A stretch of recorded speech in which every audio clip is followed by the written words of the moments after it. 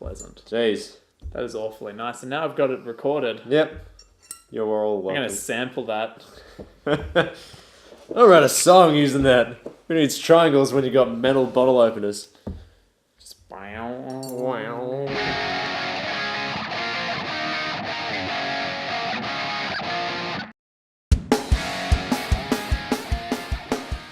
Welcome back to another Schooner Hopp beer review. We're sitting here with a pretty unknown beer. You probably never even tried it before. It's just from this place down in Byron Bay. Yeah. It's called Stone and Wood Pacific Ale.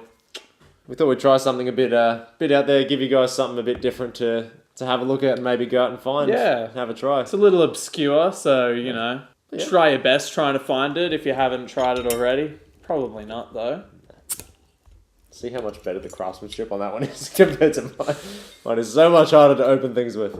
Look, let's just have a try and talk about it. Yeah, there's not much else to say about the brewery, except that they want to be a village brewery. I don't know what that means, but it sounds pretty cool. That is a hidden gem. Absolute hidden gem. Yeah. How that's gone under the radar for so long, I don't know. Keep a straight face, man. Come on. Should we just drop the ruse? Or? Drop the ruse. The ruse is over. The ruse is over. It's obvious that you all know this beer. We know everyone knows this beer. We thought it could have been funny, but we're not actors, so we can't keep it up. So yeah, as you probably know, it's packed full of fruity flavor, and there's this nice, lingering, subtle bitterness that kind of finishes it off. It's just simple, and it works. We knew we'd like it. We've already had it, of course. I'm pretty sure if you're into craft beers and you haven't had this, I don't know what craft beers you've been trying. Yeah, like most people, this is the introduction into craft beers. So we thought, hey, let's have our opinion on it. Let's do this. Which we know you guys are after. You wait for it every week.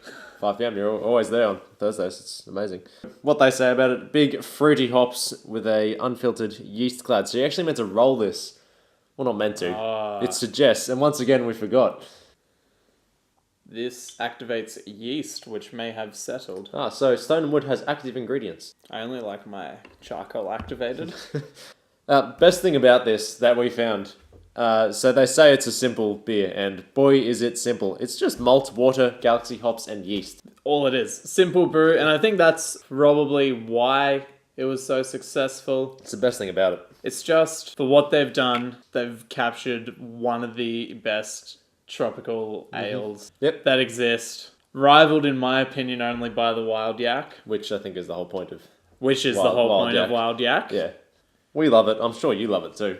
It's sessionable, it's fruity. There's not really much we could tell you that you don't already know. No, well, since it's such a simple beer, there's not a lot to say about it. The one thing I will say about it, actually...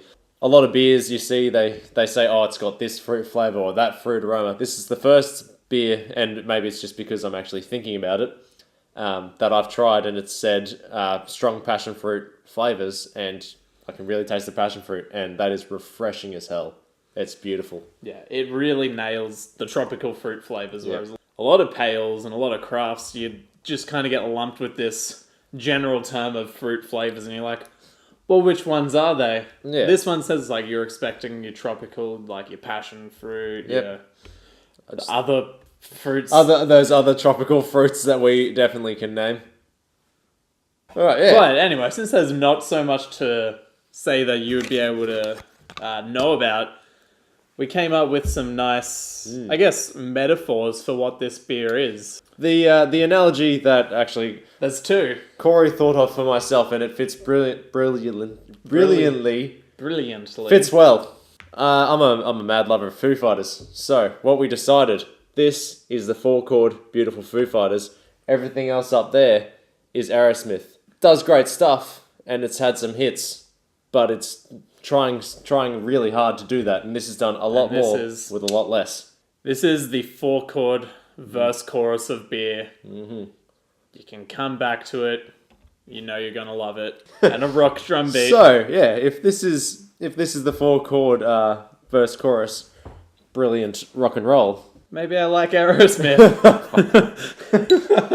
Oh god, I don't. But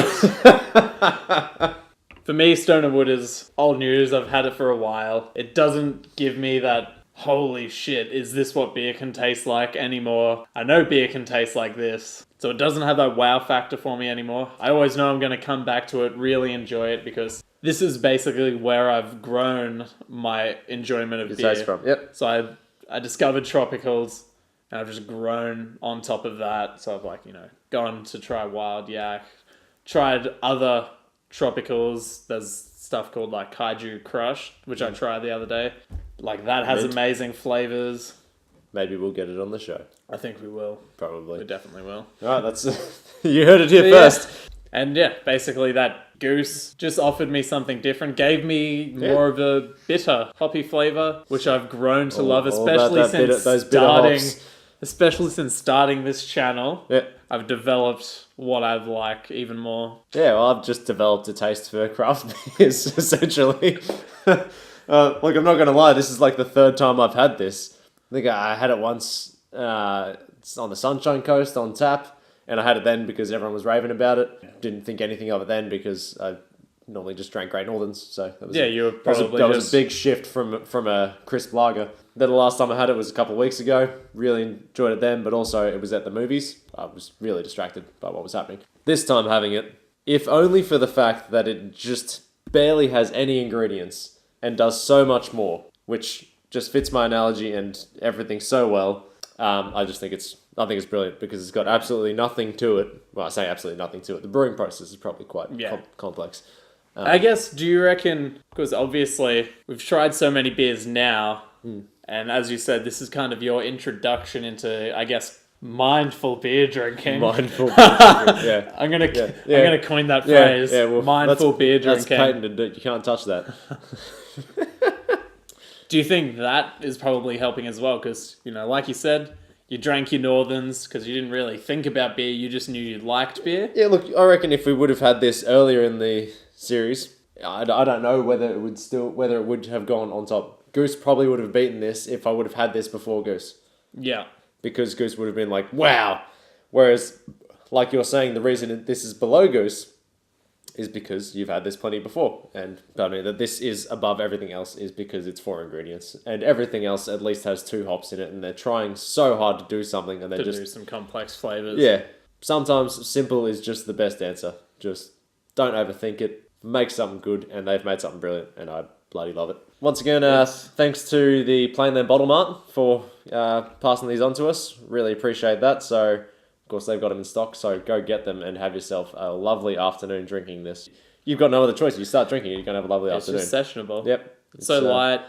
It's delicious. We've been Schooner and Hopp. Cheers. Cheers.